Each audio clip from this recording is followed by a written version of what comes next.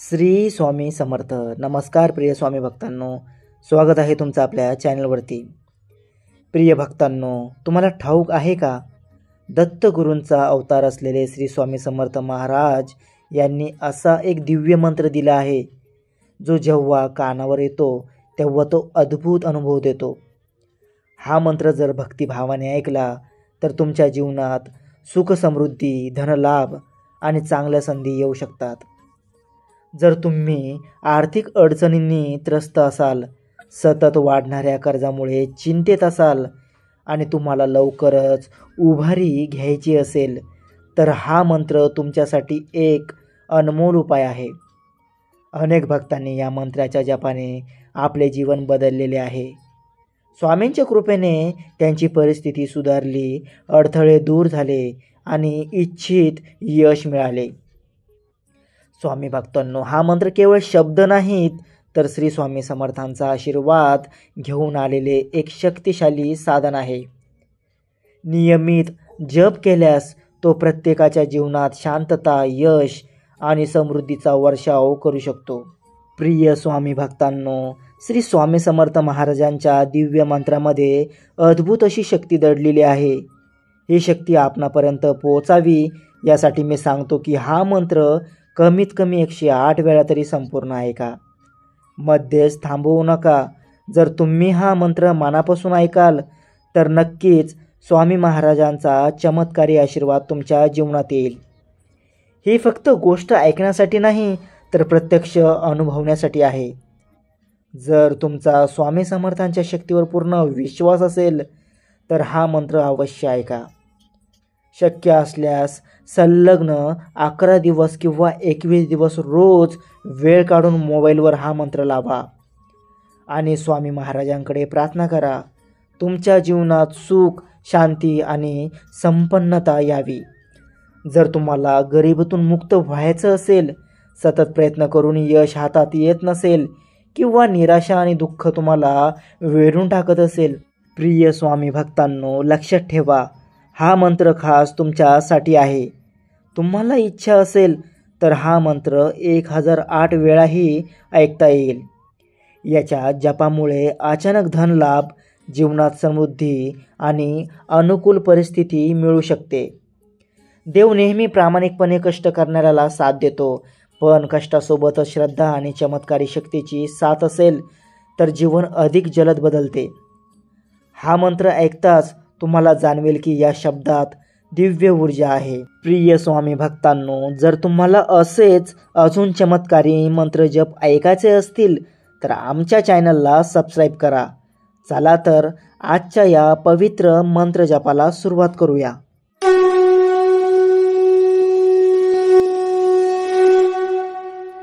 ओम समर्थ गुरुवे मम भाग्य उज्ज्वलाय नमः. ओम समर्थ गुरुवे मम भाग्य उज्ज्वलाय नमः. ओम समर्थ गुरुवे मम भाग्य उज्ज्वलाय नमः.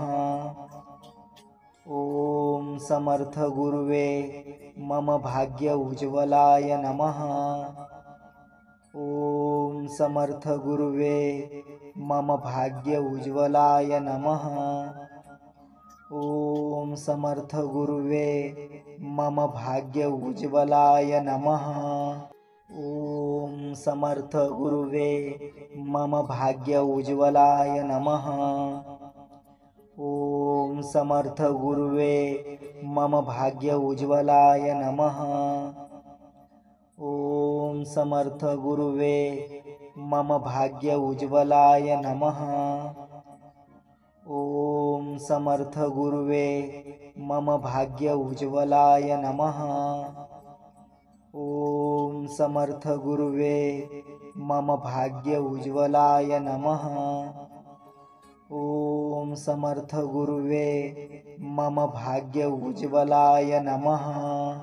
ओम समर्थ गुरुवे मम भाग्य उज्ज्वलाय नमः. ओम समर्थ गुरुवे मम भाग्य उज्ज्वलाय नमः. ओम समर्थ गुरुवे